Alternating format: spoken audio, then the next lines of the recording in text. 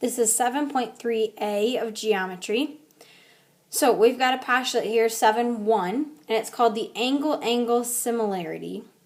So this says that if two angles are congruent in triangles, right? So this blue one's congruent to this blue one, and this red one's congruent to this red one, then the triangles are similar. So let's look at our got it problems down here. So we've got two right angles marked, so that's one pair of congruent. We're told that this is 51 degrees, and we're told that this one is 39 degrees. So far I only see one pair of congruent angles, but I'm going to figure out what this angle is to check to see if it's 39. So I'm going to call that x. I've got x plus 51 plus 90 equals 180, right? Because angles inside of a triangle add up to 180. So I've got x plus 141 equals 180. And when I subtract 141, I get that x is equal to 39 degrees. So I've got that these angles are congruent, and now I've got that these two angles are congruent. So yes, these triangles are similar. Yes, by AA similarity. Oh, that's bad squiggly. AA similarity. So because those two pairs are congruent, then those triangles are similar. So let's check our second one. So this angle is 68, this one's 62. Notice that it marks that two sides are congruent. If we have a triangle where two sides are congruent, what kind of triangle is that? An isosceles triangle. And do you remember what we know about isosceles triangles? We know that their base angles are congruent. So if this is 68, then this one is also 68. So I'm going to find this guy here, x plus 68 plus 68. Because if that one's 62, right, then we've got one pair congruent, and then I'll check what those angles are down there. So x plus 68 plus 68 equals 180. So we've got x plus, and let's do 68 plus 68. That's 136 equals 180. And when I subtract 136, I get that x is equal to 44. So I do not have similar triangles because I don't have two pairs of congruent angles. So no. Okay. Two more guys here. We got two theorems. Theorem 7.1, the side angle side similarity. So remember we had side angle side when we were talking about congruent triangles. Now we're talking about similarity. So SAS similarity, and we'll use our squiggly after SAS. And Theorem 7.2, side similarity.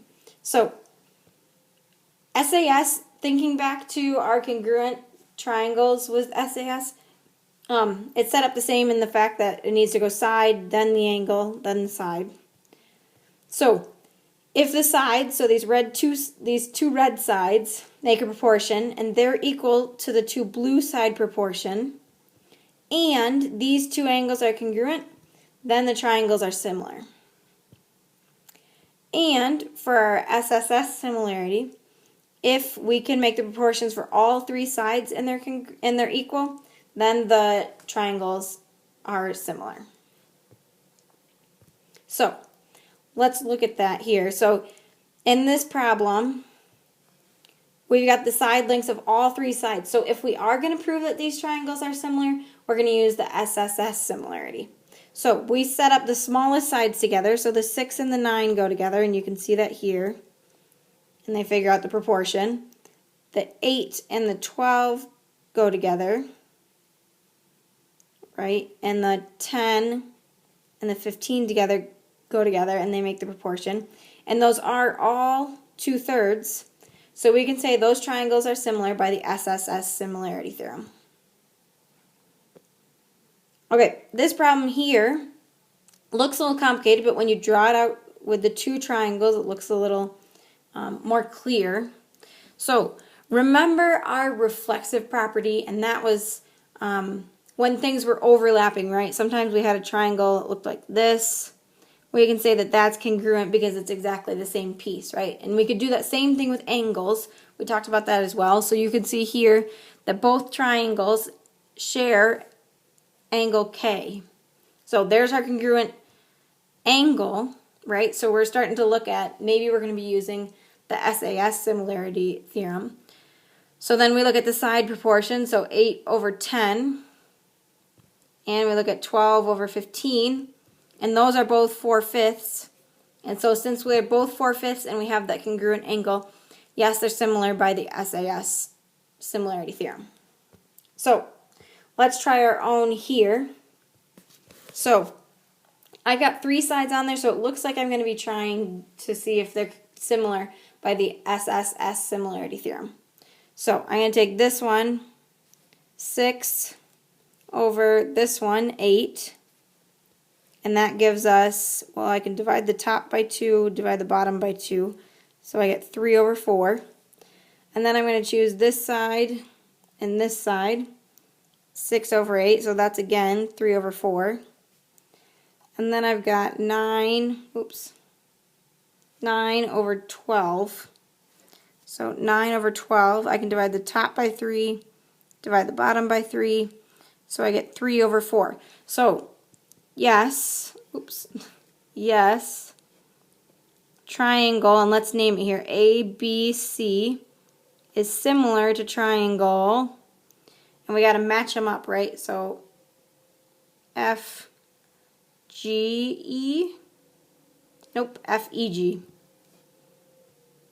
Right, because I started here, I'll show you how I figured this out. I started here, right, with A, and then I went to B, and then I went to C. So if I start with F, I need to go across that long side, and then I can go this way.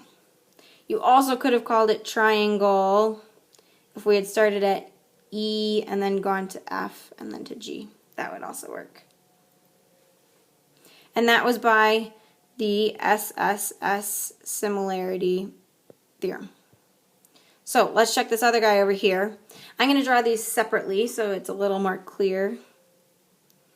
So we've got triangle ALW, and then our big triangle ACE. And this whole side here is going to be these two added together. So 8 plus 8, so this is 16. And 6 plus 6 is going to give me 12 over here. So I've already got that my angle, I've got that one congruent angle, right? Because right angles are always congruent. So now I need to look at the proportions. So I'm going to look at 8/16. So I can divide the top by 8, divide the bottom by 8, and that gives me 1/2. And then I've got 6/12. Divide the top by 6, the bottom by 6, and that also gives me 1/2. So I've got that my sides are proportional, the two sides, right? You need two pairs, and that the angles in between them is congruent. So triangle ALW is similar to triangle ACE, and that's by Sss Similarity theorem. And there's your homework.